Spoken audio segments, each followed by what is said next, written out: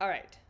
Hello and welcome to today's video where we're going to be talking about why a revelation or an idea, an understanding is not a transformation, and why understanding this concept is so important for our personal growth, for our capacity to achieve the things we want to achieve in life and to become the things we want to become, and also why it is so important to understand this and to really perceive it and process this when we are looking at the things that other spiritual teachers and other healers, personal growth people say. Because there is a huge difference between being able to intellectually understand or intellectually explain why something is true and why something is real and why something should or shouldn't give us these results, and actually knowing in real reality if what you are saying is true. Okay? And again, I have talked a lot about how a revelation is not a transformation in terms of like our personal lives and our personal revelations and the things that we think that we're understanding and all that stuff. And we will talk more about that.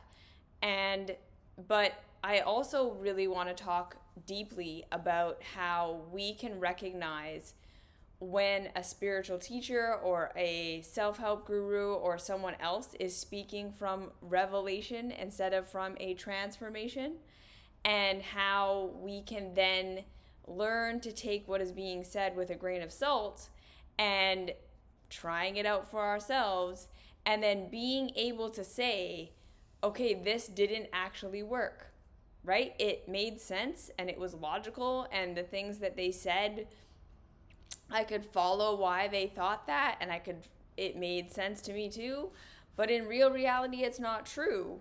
And I need to stop pushing myself to try to make this revelation real when it's not. Because a lot of us are following teachers and teachings that aren't actually helping us.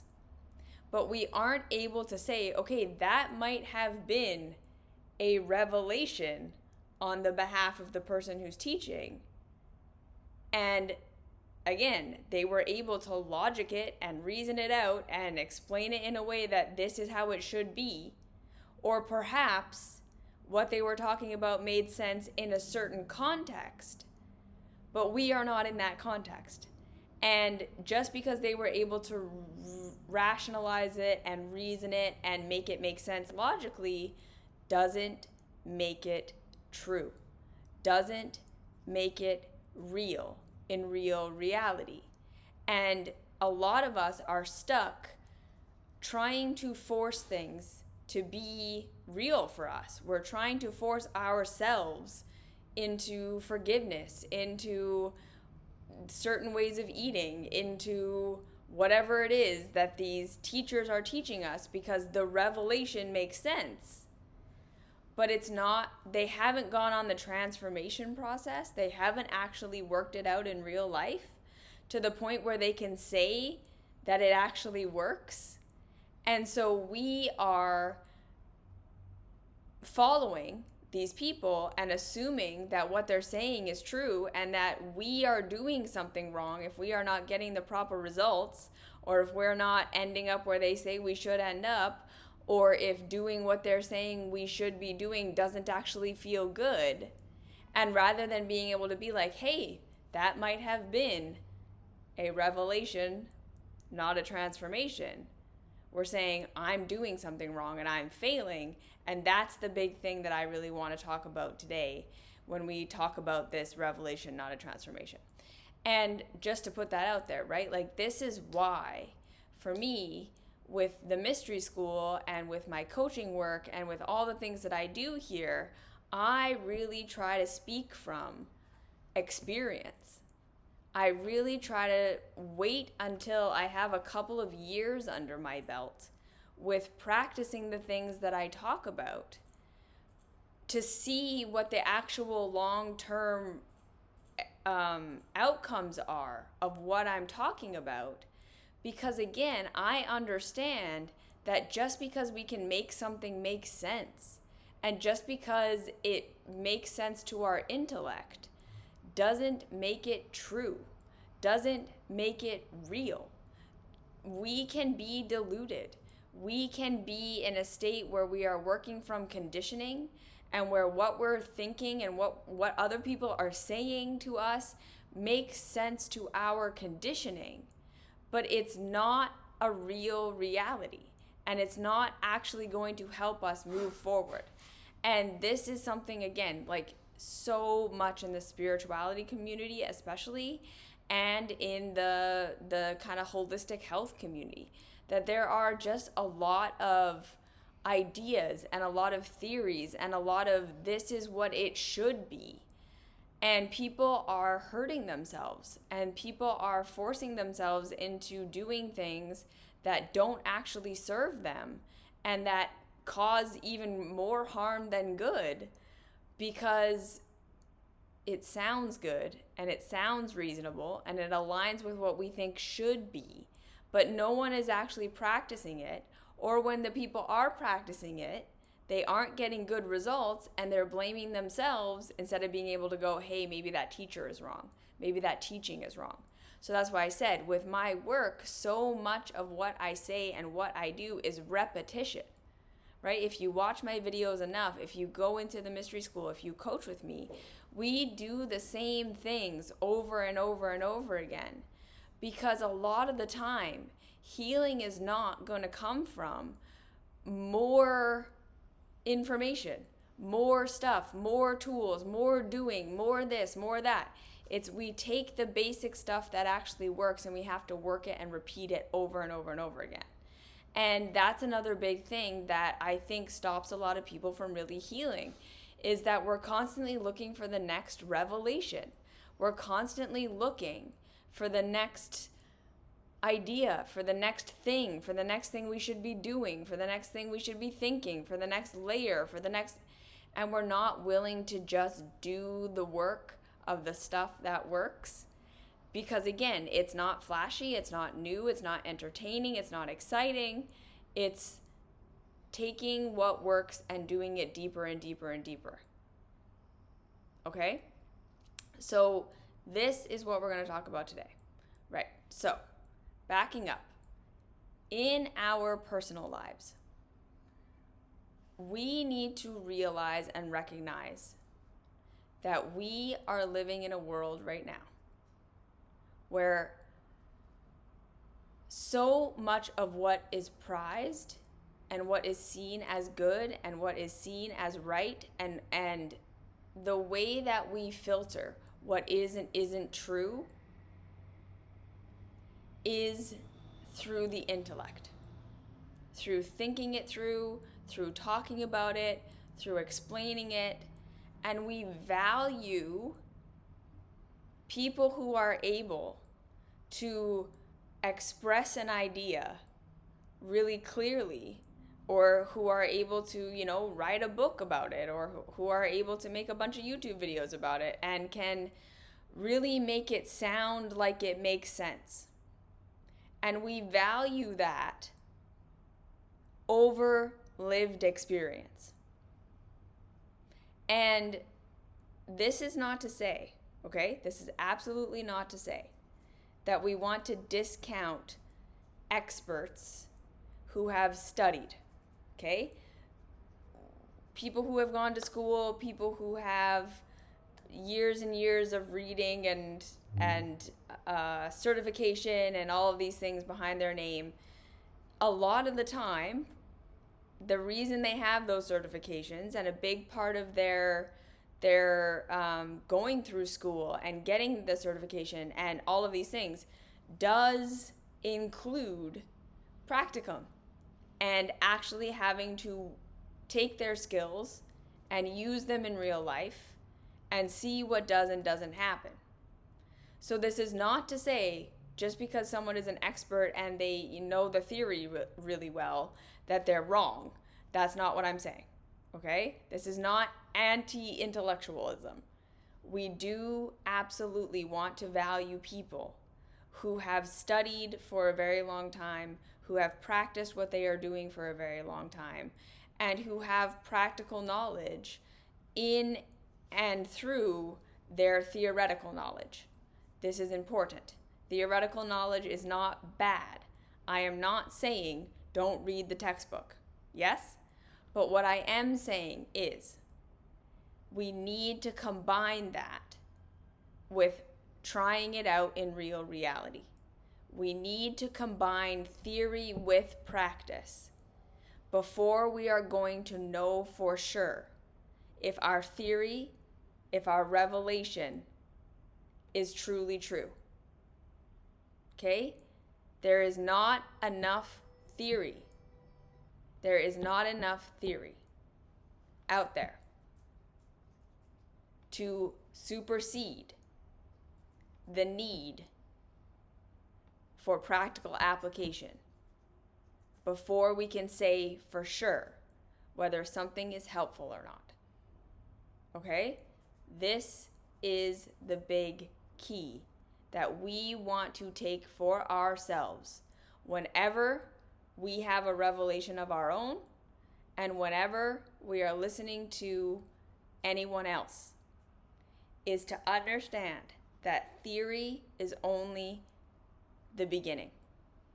The revelation is just the idea. Okay? So backing this up even further, because we live in such an intellectually grounded, minded reality, because we live in a world where the intellect and intellectual understanding is prized above all else, we can sometimes lose sight of the fact that just because we understand something does not mean it's going to change or impact our lives. Just because we have an intellectual understanding of something, this does not mean it has had any effect on us. And many of us feel frustrated in our spirituality, personal growth, transformation work because we understand so much. We have taken in a lot of theory. We've heard a lot of people speak, and we believe that we deeply understand what people are saying about forgiveness, about healing our trauma, about healing our nervous system, about getting over our childhoods, about moving forward, and we understand our patterns and we understand why we do what we do. Or we think we understand what anxiety is and where it comes from. We think we understand why our habits are the way they are and why we do what we do. And we think because I understand this, because this all makes sense to me, I should be able to do different things. I should be able to be a different person. I should be able to act in a different way. I should be able to feel a different way. And then we get frustrated with ourselves when we don't. But this is the exact same thing as saying, I fully understand all the theory behind weightlifting. I fully understand, technique of how to lift weights. I fully understand what kind of weights and what kind of weightlifting will equal certain muscle growth results. I understand what macros I should be eating. I understand how many calories I should be eating. I understand how many times a week I should be working out and for how long and what muscle groups and da-da-da-da-da. I have all the theory. And then being upset that when you look in the mirror, your body isn't different. Right? That you don't actually feel healthier. You don't actually have increased muscle mass. Nothing in your body composition has changed. Well, it's because, again, right? Understanding the concept of weightlifting, understanding the concept of macros, understanding the concept of calories, understanding the concept of all of these things is not the same thing as actually going to the gym and lifting weights. It's not the same thing as actually eating that diet. We do not get results in life from what we intellectually understand. We do not get results in life from what we intellectually understand. So just because you've sat in on 1,000,000 lectures about forgiving your caregivers, about forgiving the past, about understanding your trauma, maybe you've done a lot of talk therapy and you've worked it out intellectually, none of that means that you have actually done the work to get to a place where you are able to feel different about what happened to you. None of that intellectual understanding has actually transformed you, because understanding something intellectually is not an experience, right? If you have never actually tasted chocolate, you can describe it maybe perfectly, but you've never had the experience, it's not the same thing.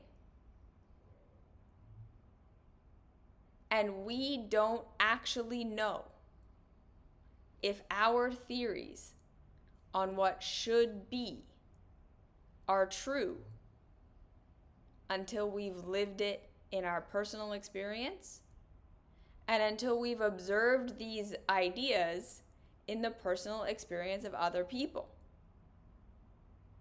This is why in higher education, practicum and lab and actually doing things is a big part of the learning process. And this is why we are running into so many problems in the self-help, spirituality, and personal growth world. Because we have a lot of people who are speaking from intellect, who are speaking from a revelation, who are speaking from ideas that make sense based on what they've known in the past, based on their conditioning, based on things other people have said, but are not things that anyone has actually put to the test.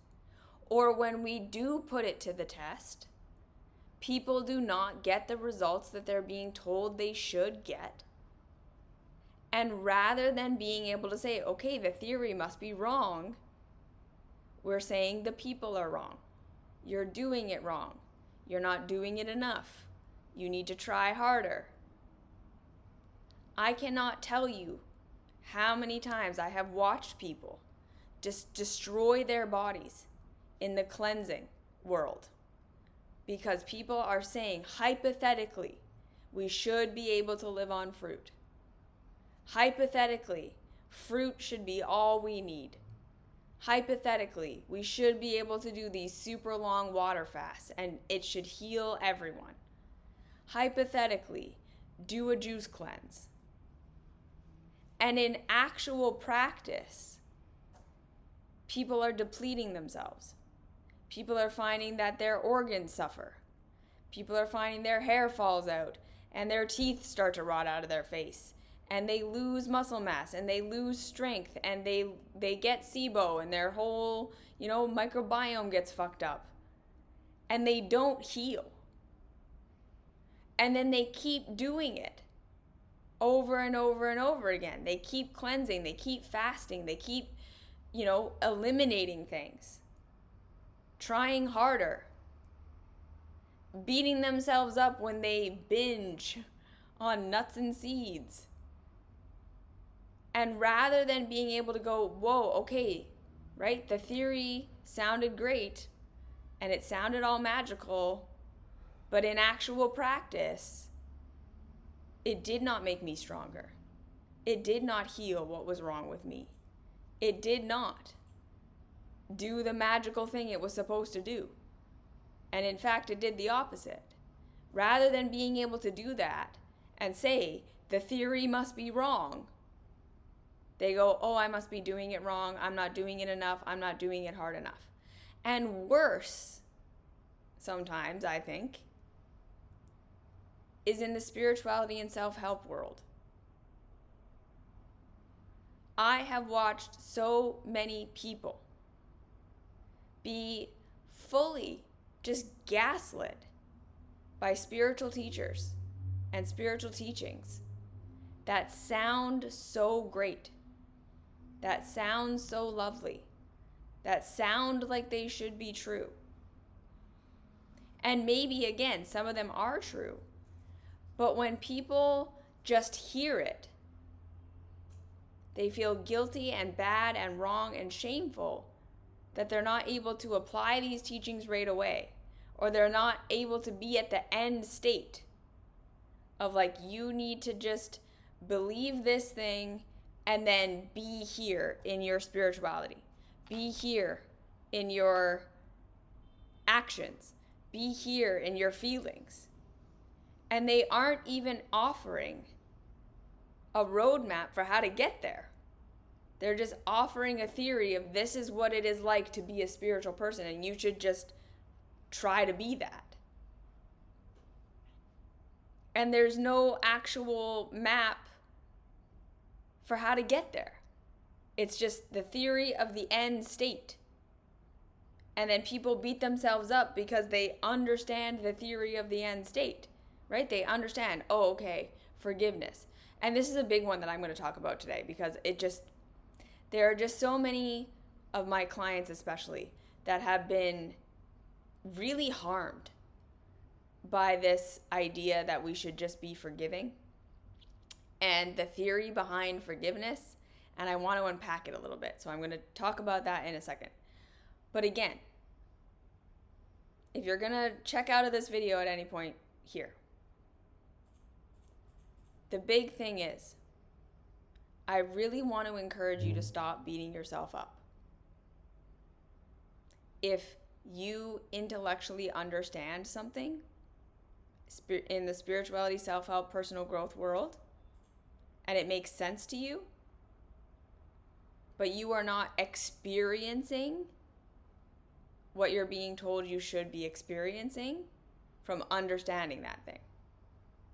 Because understanding it and actually walking it out, or understanding it and actually taking the journey to get to that end place, are two different things. And so many of our spirituality, self-help, personal growth teachers are teaching as though they are teaching weightlifting theory, right? So they teach you how to lift, they teach you what it is like to lift weights. They teach you what this, well, it's not even that. Okay, to be honest, what I think a lot of spirituality, self-help, personal growth teachers are doing is they are standing up and saying, watch me lift 100 pounds. This is what being fit is. Right? I just deadlifted 100 pounds.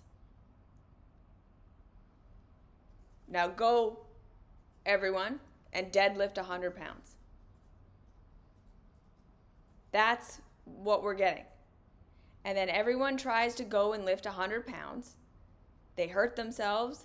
They don't know how to do it. There was no teaching on how to get from never lifting weights before to lifting 100 pounds. The person didn't explain the journey they took. And sometimes the person is sitting there saying the most spiritual thing you can do is lift 100 pounds. And they can't even do it. They don't even know how to lift 100 pounds. They're just saying, if you aren't able to lift 100 pounds, you're not spiritual. Now go, lift 100 pounds. This is the metaphor that I want to use for where most people are teaching from. And why so many of us then go and try to be at this end state that may even be theoretical, and then feel like shit and fail and don't actually get there, right? Sometimes the theory of if you do these things, if you follow the path, if you do the right techniques, eat the right macros, eat enough calories, you will end up being able to lift 100 pounds. And they're right about the end goal.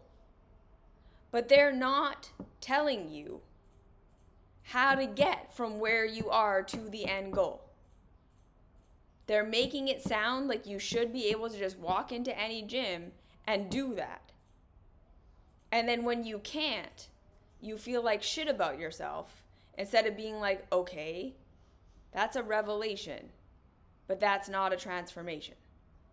And they didn't give me anything that I need for the actual path.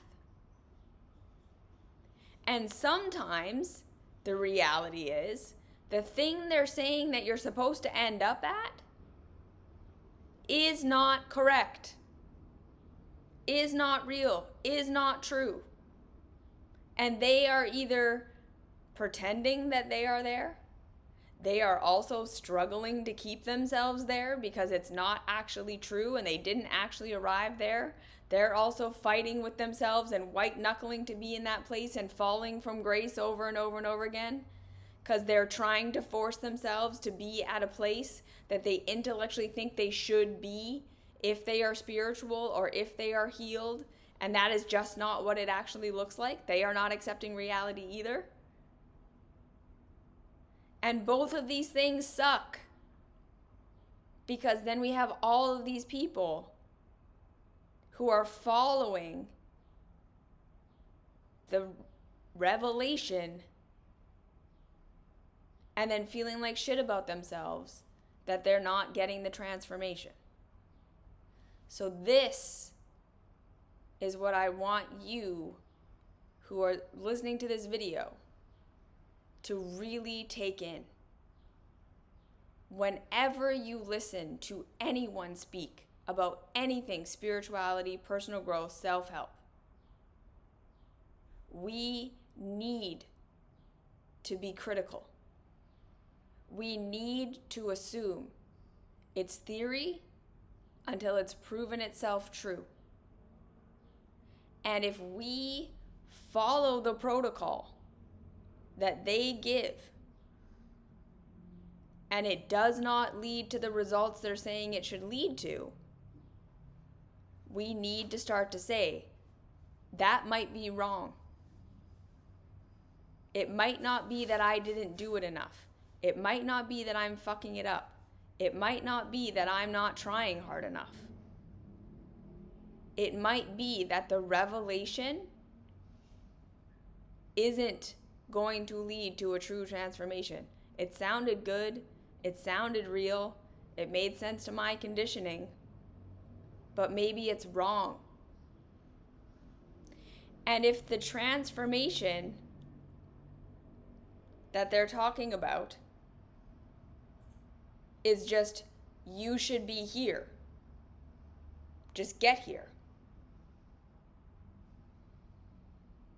but there's no, this is how you get here, there's no transformation process, there's no process, it's just, you should be able to intellectually understand that your parents did the best they could, so forgive them. And that's the step. You're supposed to just jump from where you are to an end goal. You need to question that. It's probably bullshit. If they can't even describe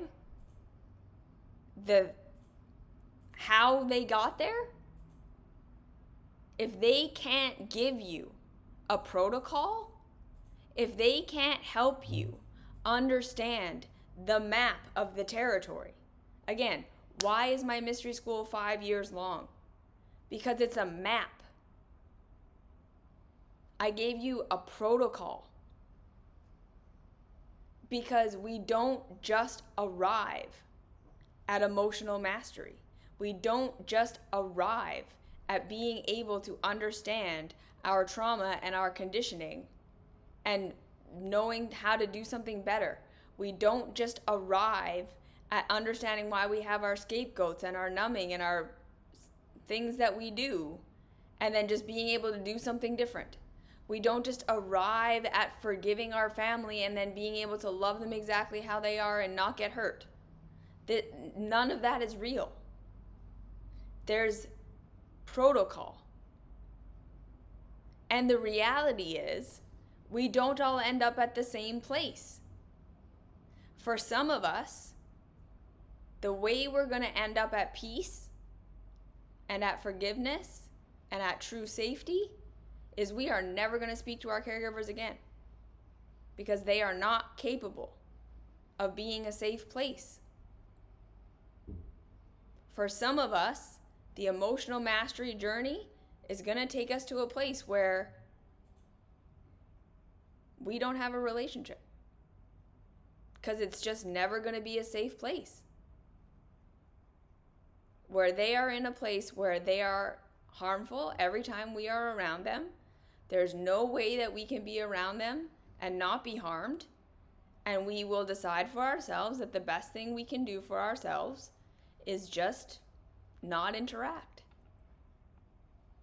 For some of us, we're going to get to a place where we are, strong enough within ourselves and we've grieved enough and we've processed enough and we've done what we've done to be able to accept that our caregivers or our families or whoever it was that hurt us are who they are.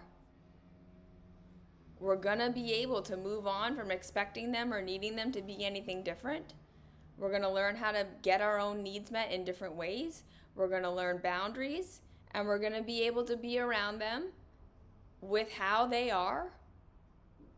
And we're going to be able to protect ourselves and keep ourselves safe and just reasonably have a kind of superficial relationship. And that'll be what forgiveness is. For some of us, we're going to go on this big, long journey of having to figure out who we actually are without the conditioning of our caregivers. And this is going to be really hard and really scary, and we're going to go through a lot of dark nights of the soul, and we're going to need to have our emotions validated, and we're going to have to literally reevaluate who we think we are and what we think we want. And we're going to have to utilize coping mechanisms all along the way, and we're going to have to continually interrupt our thought patterns and the ways that we have been conditioned to see ourselves. And it's going to be really, really, really hard work, and it's going to take us years. And people are going to say, you're holding on to it, and you should just be able to be different, and you should be able to just blah, blah, blah, blah, blah. And the real reality is we can't yet. We're not ready. We're not at that place. We're still really hurt. We're still really vulnerable. We're still really triggered. And it takes time for us to change our patterns. And this is the reality. That's why the school is so long and repetitive. That's why working with me is so repetitive. And I will be there to validate you and to, help you recognize your pattern over and over and over again. Because in theory, I can explain it to you. This is why you're doing what you're doing. This is how it is. And this is what you need to do about it. But that doesn't mean that you're capable of doing it. Just because you understand, the real work is then in being able to recognize it when it's actually happening. And then being able to pattern interrupt ourselves enough times that we start to build new habits. And that's hard work, and that takes a lot of time and a lot of repetition. So you're never, ever, ever going to work with me and hear me say, you're going too slow. You're not making enough progress. You're not doing, because these things are hard. So this is the point. If they don't give you a protocol, if they are just saying, You need to be here. That's theory. That's a revelation. But it might not be true. So again, if we put this just as an example for this idea of forgiveness, right? There are a lot of spiritual teachers out there that say you should just be able to forgive and then let anyone be in your life, however they are, and be fine. And that is fucking bullshit. That is not what healing is. Okay? So many spiritual teachers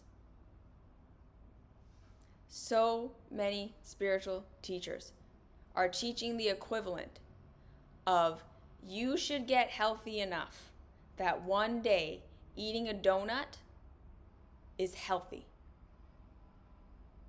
You should get so healthy in your body that one day you can drink bleach and it won't harm you. That's what so many spiritual teachers are teaching as being what being awakened is. Because they have never actually walked the path. When we actually walk the path, what we are going to discover is that we get wise enough not to drink bleach. Because bleach is a poison. We get wise enough to stop drinking the bleach. We get wise enough to realize that we were indoctrinated into a culture where drinking bleach was normal. Into a family that forced us to drink bleach over and over and over again. And that caused us harm. And we get wise enough to realize we need to heal that. And that healing is hard, and it doesn't feel good, and it doesn't look like being healed. And for some of us, we're going to recognize that the damage that was done to us is stuff we're maybe never going to heal from totally. Some of us have been damaged enough that we're never going to be perfectly healthy.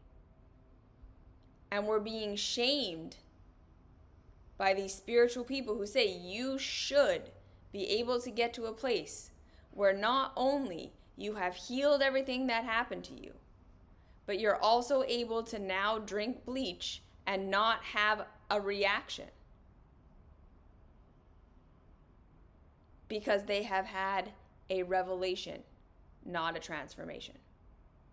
Okay, it will never cease to amaze me how much my parents are good at hiding behind facade of good concerning parents, calling me in the stage in my life to keep tabs on me as if we didn't have and will continue to have, if I take the bait once more, a history of childhood abuse, verbal, physical, mental, emotional, psychological. It's like they enjoy playing both roles of being the perpetrator, then what's wrong, we were wondering about you, and go on to give these moral lectures of family. You only have one, and then once they're gone, my sisters are all gone. Yes, my toxic sisters are all I got. And this is another big thing, right? With this teaching of you should just forgive your family. Okay, well, let's put that into context. In a lot of times and places throughout history, we did need our families. There weren't other resources. We weren't able to not be connected with our families and be safe and get our needs met. So this idea of forgive your family, even when they're hurting you, even when they're not able to meet your needs, it was the lesser of the two evils. There are certain family contexts where, again, right, it's kind of a toxic family dynamic where the toxicity of how everyone gets their kind of needs met is through this toxic interaction of codependency and harm. And so the message is, you have to forgive us and you have to make it okay. Because if you check out, that fucks up my whole thing. That messes up how I get my needs met. That messes up how I see myself. That makes me have to question things. And I don't want to do that. So it's on you to keep participating. So I don't need to change how I'm doing things, and I don't need to reconsider my view of myself or my view of how I'm doing things. And we get told that it's spiritual to forgive and that you're supposed to end up in a place where you can just tolerate your family. Where in real reality, for some of us, that is not going to be true. The dynamics are too messed up. People don't want to change.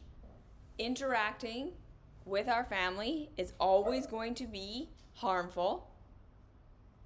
And this can be, again, with anyone, with a peer group. This can be with coworkers. This can be with a boss. This can be with a lover. This can be with partners, where we're told over and over and over again, you need to just forgive. You need to just be okay. You need to let them be how they are. And that's theory, because people haven't played it through to the ultimate reality of, no, this person is always going to cause me harm. And the actual healthy choice is remove myself from the situation. Have very, very, very strong boundaries. And again, the biggest thing that I really want to validate is some of us are never going to forgive to the point where it does not cause us pain to think about what happened, where we don't still have some resentment, where we don't still have some anger or sadness or grief, because the harm that was done to us, even if we've set a boundary, even if that person is dead, even if the pain is no longer happening, it has affected our lives in such a way that we are going to be dealing with the consequences of that harm for the rest of our lives. So there might always be some resentment. There might always be some anger. There might always be some sadness. And that doesn't mean that we're not spiritual. That doesn't mean that we're not healthy. Because again, the anger, the sadness, the resentment, these things are not the things that are wrong with us, right? That's theory. That's a revelation. That's wrong, in my opinion, in the spiritual self-help community. That it's having anger or being sad or being resentful, that is the thing that is wrong. No. Anger, sadness, resentment, getting triggered, these are responses to pain. And so for some of us, healing the pain means no longer having contact, means taking time to cry and cry and cry and feel sorry for ourselves, taking the time to figure out how to change our current reality so we're no longer living the way that our caregivers taught us to live that's harmful for us. Like, there's a whole process to this. And it doesn't look like forgiveness in the beginning. It doesn't look like forgiveness in the middle. It looks like being upset and blaming them because that is what is required.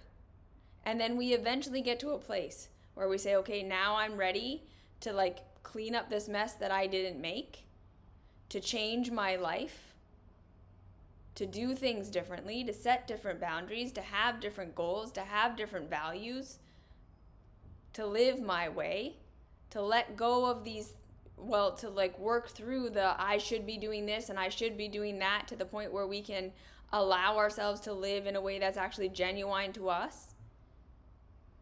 And then we get to a place where the pain is no longer there,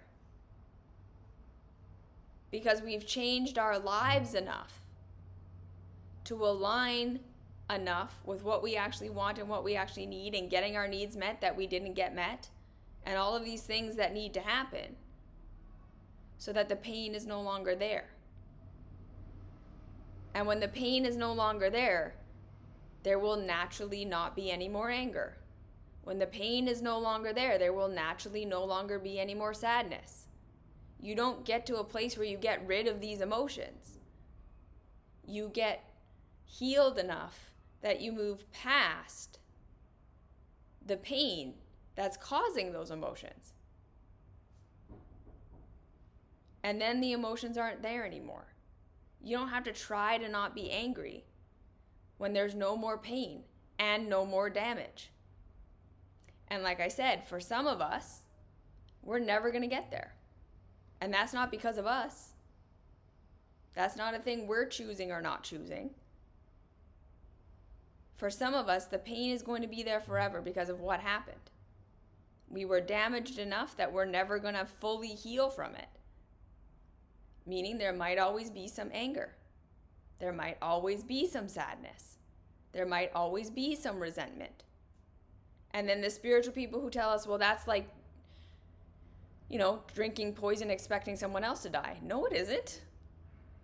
That's a normal human response to pain. So what we need is to make it okay that we're still angry sometimes. The healthy thing to do is to validate that we feel how we feel, and then to give ourselves what we need in the moment. That's the real transformation. We don't beat ourselves up for being angry and resentful. We don't necessarily go and talk to our caregivers. We don't go and blame them. We don't go and explain or whatever. We don't expect them to be different. We learn how to meet our own needs the way that we can. We learn how to set boundaries. We learn how to say no. We learn how to not interact. We do the best we can. Right? This idea that we're supposed to all just get to a place where we're okay with what happened to us, that's a revelation. That's not a transformation. Some of us will never be totally okay with what happened to us, and that's okay. That doesn't make you not spiritual. That makes you a real human. The spiritual work is, how do I be kind to myself? How do I support myself in whatever ways I can, so that it doesn't have to impact my whole life, so that I don't have to be the kind of person that then perpetuates that to other people? How do I heal enough that I see these habits in myself so that I no longer turn the abuse that was done to me in on myself? That's the transformation. So just because someone can say it doesn't make it true. Just because they can reason it doesn't make it true. If they can't give you a protocol and steps for how to get there, you should not expect yourself to hear it and be able to be there.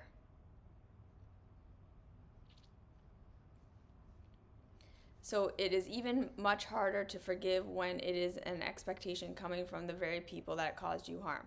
I feel even more anger when that is all that comes from my mother, a lecture about resentment that I shouldn't have, and so on. It's like the analogy of grade school bully having shoved you in the closet so many times and one random day goes Buddha mode and tells you how bad holding on to resentment is. It's zero apology. Yeah, no. Sometimes the answer is, in order to get to a place where I'm going to forgive you, I have to stop talking to you. Because every time I talk to you, you cause more harm. And I need to heal from that. And I need to have my resentment validated. And I need to see all the places where, again, right, I've made it my fault that you treated me in a way that was not my fault. And I've blamed myself and I've shamed myself and all of these things. Right? There's a path. And this is why I say, right, a lot of people have looked at me and been like, oh, you just don't understand. When I tell people, you're allowed to be angry. You're allowed to be resentful. You're allowed to not take responsibility for this right now. Because I understand the process. Will we get to a place where eventually we just understand that our caregivers or whoever are who they are, and we no longer expect them to be different, and then we have shifted our behavior of how we interact with them to be able to protect ourselves from the harm they're inevitably going to cause? Yes. And when we do that, we may get to a place where we no longer feel resentment towards them. Because we are safe enough that we're not being harmed anymore. And we've been validated enough and loved enough and supported enough that we're no longer turning that pain in towards ourselves. We're no longer living under their ways that we were indoctrinated to shame and blame and guilt ourselves. So that pain is no longer happening. And then we don't feel that way anymore. That can happen. But that's a process. Yes. For most of us, getting to forgiveness, we have to fully and completely let go of trying to forgive. Because that's not where we're at. We need to let go of that theory that it's unhealthy to carry resentment. And we need to say, why am I carrying resentment? Where am I still being harmed? Where did I get conditioned to hurt myself, to blame myself, to shame myself when I am being harmed? Where do I need to put up boundaries? What do I need to be safe? And we need to build that life for ourselves. We need to be validated that what happened to us wasn't our fault. We need to be given the space of there was no amount of fixing yourself that was going to make that better. We need to grieve the childhood we didn't get. We need to grieve the pain that we went through. We need to realize why it hurt. We need to realize what needs to change now so that we can be safe. We need to create that whole new world.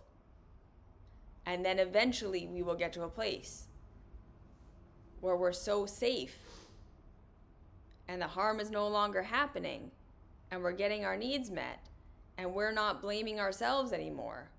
And we've developed new ways of supporting ourselves instead of having coping mechanisms and the ways that we numb. And we can get our needs met. And we're thriving. And then we will realize that we have forgiven. We don't have that pain anymore. We didn't have to try to get there. We did the work. And then when we're no longer being harmed, when the pain is no longer there, neither is the resentment. Because the resentment and the anger were responses to pain. They are not what's wrong with us. They are not the thing that's unspiritual about us. They are the response to what's wrong. And the spiritual thing to do is to figure out, why am I angry? Why am I resentful? Why am I sad? What do I need to feel supported, safe, and loved? What needs to change so that that harm is no longer being done, or so that I can actually heal from the harm that has been done? And then I will arrive at forgiveness. Or I won't, right? If the damage has been done and we get to a place where we realize it's never going to be undone, there are just going to be times and places where there are waves of sadness and resentment, and that'll be a part of our lives. And we'll learn how to process that in a healthy way.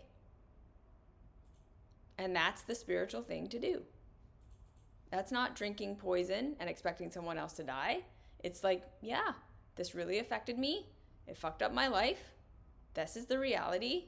So how do I support myself within that? And that will be the most spiritual thing you can do, because then you're not spewing it out all over everyone else. And you're not turning it in on yourself as a spiritual shame thing. And then there's nothing unhealthy about that anger or that resentment or that sadness. It's not unhealthy. It's a perfectly reasonable reaction to a perfectly reasonable pain, and you know how to handle it. That's healthy. You see? So stop expecting yourself to intellectually understand something and be there. A revelation is not a transformation. You have to actually do the process. Before you see changes in your physique, you're gonna have to go to the gym for like a year. So just because you understand something in the spirituality, self-help, personal growth world does not mean you've done it.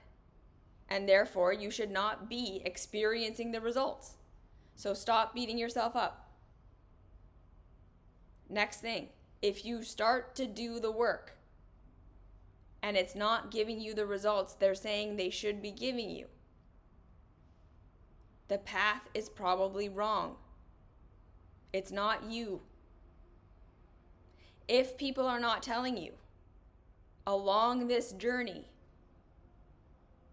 when you do the walking it out, it's not going to look like the end goal, right? I tell you, healing your trauma and your past, there are going to be long periods of time where you are just angry, where you are resentful, where you are sad, where you don't feel better, where you're seeing your patterns and you're not going to be able to do something different. That's normal. Just because you start doing this work doesn't mean you're at the end. You're not healed. And you should not expect yourself to be there. You need to give it time. It's going to be messy. It's going to be uncomfortable. There is no quick fix. There is no quick way. It's going to be painful. And that's normal. And if people aren't telling you that, they're lying. Okay? And if they're not giving you a protocol that you can follow, if they're just telling you, be at this end state, it's not it. Just forgive. Just let it go.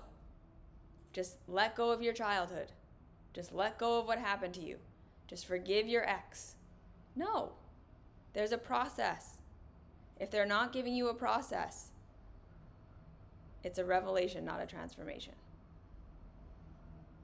Okay? So hopefully that was helpful, illuminating, supportive. If you have any questions, comments, concerns, always leave those down below. I always want to hear from you. Thank you for listening. Thank you for being here. And I'll see you when I see you, okay? All right. See you next week.